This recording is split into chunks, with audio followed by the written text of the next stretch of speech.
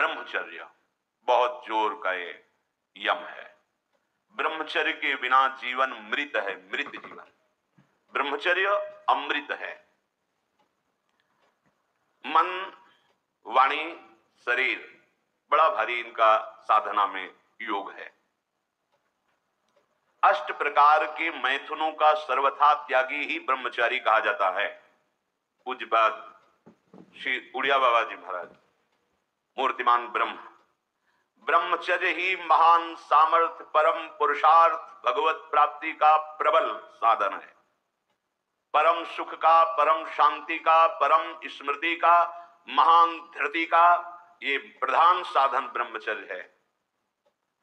जो इस साधन से हीन है वो मृत हैं, खुद देख ले। स्मृति काम नहीं, शरीर में विशेष रजोगुण का प्रभाव, भोग वासना से जलता हुआ हृदय, छल कपट, आगे चलकर शरीर पीड़ा से युक्त हो जाना, बुझा बुझा स्वभाव रहना, हृदय में एक विशेष चिंता, कल्पनात्मक भय, विषाद और पशुवत आचरण, ब्रह्मचर्यहीन जीवन। जो ब्रह्मचर्य धारण करना चाहे, भगवत मार्ग में जो चलते हैं उनके लिए तो है ही, पर जो भी परम सुख, परम आनंद और लोक में उन्नति, परलोक में परम पद, उसे ब्रह्मचर्य अवश्य धारण करना चाहिए। वैरागी के लिए नैष्ठिक ब्रह्मचर्य, आजीवन ब्रह्मचर्य। प्रवृत्ति गृहस्थ मार्ग के लिए संयम पूर्वक ब्रह्मचर्य का बर्ताव करना। जब तक पाणी ग्रहण संस्कार न हो तब तक ब्रह्मचर्य अवश्य रहो। यदि उस समय तक ब्रह्मचर्य नहीं रहते तो तुम गृहस्थी को ठीक से नहीं चला पाओगे, वास्तविक अच्छे गृहस्थ नहीं बन सकते हो। जो तुम्हारी गृहस्थ की वृत्तियां हैं उनमें तुम सफल नहीं हो पाओगे। व्यभिचार व्यक्ति का सर्वनाश कर देता है। 20 वर्ष या 22 वर्ष की अवस्था तक तो सबको, जो भी बच्चे हैं उनको शिक्षा देनी चाहिए, ब्रह्मचर्य का ही पालन करें। बहुत सुंदर खेती गेहूं की लहलहाती हुई है और देहाती भाषा में उसे गलेत कहते हैं। गलेत मतलब बाली निकलने को है। अब काट लो आप, एक दाना नहीं मिलेगा, और थोड़ा रुक जाओ धैर्य पूर्वक, बाली आ जाने दो, उसमें दाना पड़ने दो और दाना पक जाने दो, तो 1 बीघा खेत में 40 मन गेहूं होगा। ऐसे ही जो आप 13-14 वर्ष की अवस्था से आपके अंदर परिवर्तन होता है, एक भोगाकर्षण होता है सबके अंदर जो इस भूमि में जन्मा है, या भगवान या भगवत प्राप्त महापुरुष कारक पुरुष, उसकी बात तो अलग है। अन्यथा जो भी जन्मा है, जहां 12, 13, 14 वर्ष की अवस्था होती है, तो काम वेदना जागृत होने लगती है।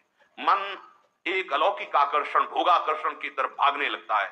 एक चाह होती, कोई हमारा ऐसा दोस्त हो, कोई हमारा ऐसा प्यारा हो जिसको हम अपना जीवन समर्पित करें, ऐसा होता है। एक माया का ऐसा आकर्षण होता है। इसीलिए पूर्व में गुरुकुल भेजा जाता था, बिल्कुल भोग विलासता से दूर, एकांत में महान ब्रह्म ऋषियों के शासन में, चाहे वो राजकुमार हो चाहे गृहस्थ बालक हो, एक ही संगत में बैठाल कर अध्यात्म विद्या के द्वारा, नियम संयम यम के द्वारा उन्हें पूर्ण किया जाता था। उनका ज्ञान पूर्ण, उनका संयम पूर्ण, विचार उनका सत्य, फिर वहां निर्णय लिया जाता था। अब मैं आजीवन नैष्ठिक ब्रह्मचारी रहकर संन्यास लूंगा, अब मैं गृहस्थ में जाऊंगा। दोनों की पद्धतियां थी।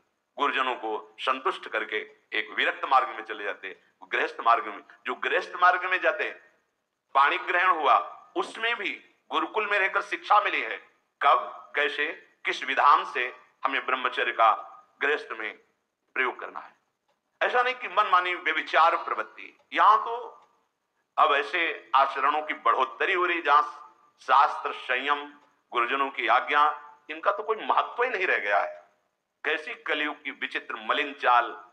जिस अवस्था में असंग रहकर विद्या का अध्ययन करना, स्वास्थ्यवर्धक चेष्टाएं करके स्वस्थ होना, समाज सेवक, देश सेवक, परिवार को सुख पहुंचाने वाला आचरण, अध्यात्म विद्या का ज्ञान, वहां छोटे से ही भोग वासना प्रवृत्ति की बढ़ोतरी, वो दोस्ती, विपरीत भावनाएं, व्यसन।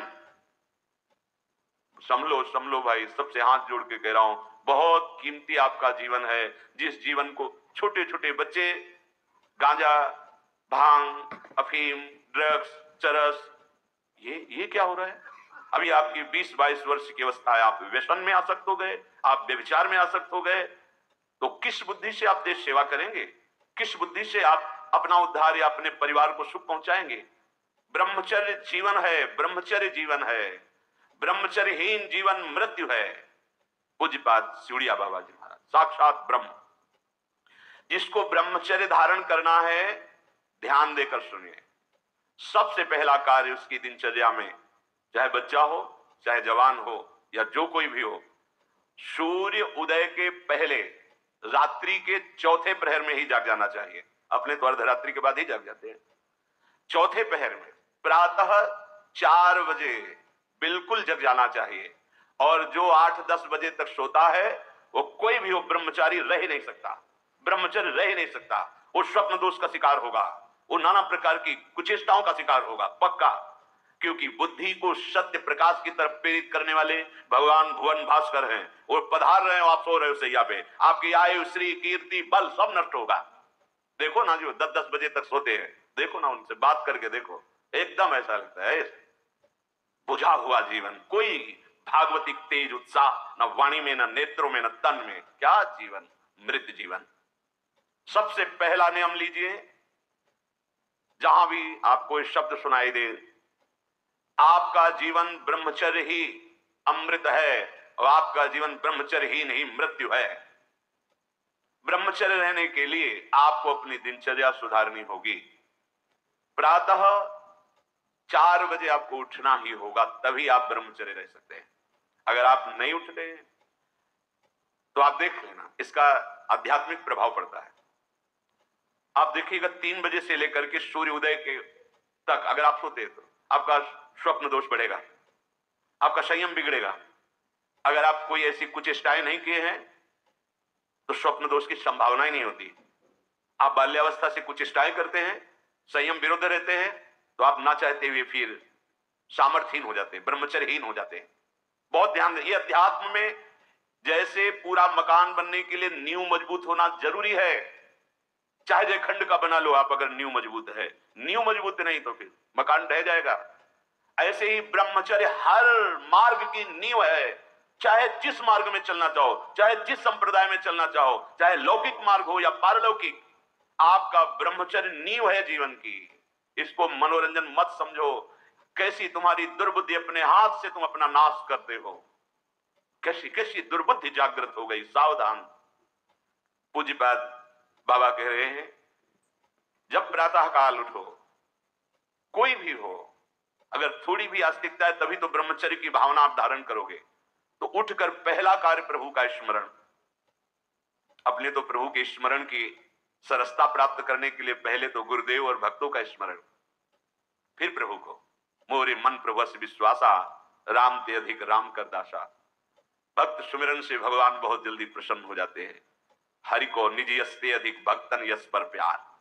सबसे पहले महान भक्तों का स्मरण, उनसे हमें सामर्थ्य प्राप्त होती। जब उनका स्मरण करते हैं तो उनकी भजन शक्ति, उनकी कृपा शक्ति हमको बल देती है। हमारी दिनचर्या परम पवित्र और शास्त्र सम्मत होती है। फिर बिना, जैसे आजकल वो चल पड़ा है चाय काफी, बाबा मना करते हैं, ये दिनचर्या ब्रह्मचारी की नहीं होती कि आप सुबह उठे, चाय पिए, फिर सो। नहीं, हाँ, जल के लिए आयुर्वेद में सिद्धांत है, बिना कुल्ला व मंजन किए आप जल पिए तो जो मुख में, वो आपके उदर को साफ करेगा जाके, आपके उदर को रोग रहित करेगा जाके। अधिक से अधिक पानी, अधिक से अधिक। अगर उल्टी हो जाती तो और अच्छा होता है। जैसे आप पिए 2-4-10 कदम पहले आपको उल्टी लगे, अगर उल्टी कर दिया तो बहुत अच्छा हुआ, क्योंकि पित्त और सब गर्मी निकल गई, नहीं हो रही, बच गया है। फिर इसके बाद आप शौच स्नान आदि क्रिया कीजिए। फिर पवित्र जब शरीर हुआ तो जैसे भजन आवश्यक है वैसे व्यायाम आवश्यक है, वैसे प्राणायाम आवश्यक है, वैसे आपको 2 किलोमीटर दौड़िए। कुछ शारीरिक ऐसा व्यायाम पैरे से करिए। ये कोई व्यायाम का मतलब पसीना निकले शरीर से, आपके शरीर को 1-2 किलोमीटर दौड़िए। ब्रह्मचारी बनना है तो ब्रह्मचर्य बचाने के लिए भी तो चाहिए ना। अब आधा घंटा पद्मासन, 30 मिनट कोई बहुत नहीं होता, बैठ करके आप प्राणायाम, अनुलोम विलोम, जो आजकल शिक्षाएं भी दी जाती है इसकी, आप उसको कीजिए। आसन पे बैठिए, आपका शरीर स्वस्थ रहेगा। फिर अगर आप विद्यार्थी हैं तो जैसे हम शास्त्र स्वाध्याय करते हैं उसी भावना से आप आप देखो, अगर स्मृति आपकी प्रवीण ना हो तो बताना। परम पवित्र विचार वाला, परम पवित्र आहार वाला, परम पवित्र जब आपकी चेष्टाएं, तब इस महान शक्ति को धारण किया जाता है। ऐसे थोड़ी होता है। बड़े बड़े महापुरुषों से मिल मिलकर रो रो कर प्रार्थना करके आप बताइए, उपाय बताइए जिससे हम अपने साधन संयम को नियमित संयम में रख सके, ऐसे भाव से चल सके। आपको तो बिना किसी प्रयास के सुनने को मिल रहा है महापुरुषों की बातें। बिल्कुल समझ, आप रह के देखिएगा, एक नवीन उत्साह। और हारिएगा नहीं। आपने यदि गलत संस्कार बना लिए तो हारिए मत। कुछ समय तक बिना चाहे वो अभ्यास आपको गिराएगा, लेकिन आप बिल्कुल नियम संयम में दृढ़ रहिए, धीरे धीरे शांत हो जाएगा। ये आप धीरे धीरे शांत हो जाएगा। अब आपकी दिनचर्या में दो प्रकार के ब्रह्मचर्य, एक आजीवन ब्रह्मचर्य, तो वैरागी का तो आजीवन ब्रह्मचर्य होता है। जो प्रवृत्ति गृहस्थ मार्ग में, उनका संयम का होता है। शास्त्र संयम के अनुसार बर्ताव करे तो उसका जीवन बड़ा सुखमय जाएगा। केवल मन के अनुसार चलने पर कि आप गृहस्थ हैं तो आपके लिए छूट नहीं। देखो, परम ब्रह्मचारी भीष्म जी अपहरण करके स्वयंवर में जीत कर जबरदस्ती राजकुमारी, वो एक राजधर्म है, मैं ले जा रहा हूं राजकुमारियों को महाराज विचित्र वीर के लिए हस्तिनापुर के सिंहासन पर आरूढ़ है, जिसकी ताकत हो छोड़ा, वो राजाओं का है। अंबा ने तो अस्वीकार कर दिया कि या तो आपने अपहरण किया, आप स्वीकार कीजिए, नहीं तो मैं हूं। दो जो अब वो संयम को भूल गए। महाभारत प्रसंग में है, राजा क्षमा रोग हो गया और मृत्यु को प्राप्त हो गए। बहुत सावधानी। ऐसा नहीं कि आप गृहस्थ में हो तो आप, ये कोई आपके लिए धर्म नहीं है। धर्म संतान उत्पत्ति, भगवान की सृष्टि पूजा के लिए, वो भी संयम भगवत भाव में स्थित रहते हुए। ये मनुष्य जीवन ऐसे बर्बाद करने के लिए नहीं मिला है मनमानी आचरण। यदि सत्संग नहीं सुनते, शास्त्र स्वाध्याय नहीं है, आस्तिकता नहीं है, तो चाहे स्त्री शरीर चाहे पुरुष शरीर पशुता रहती है। क्या जीवन है?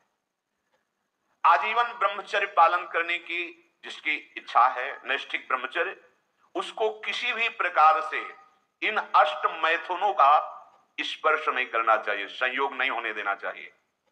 और जो गृहस्थ में भी, तो वो भी सावधान। पानी ग्रहण जिससे किया है वो भी समय मर्यादा के अनुसार।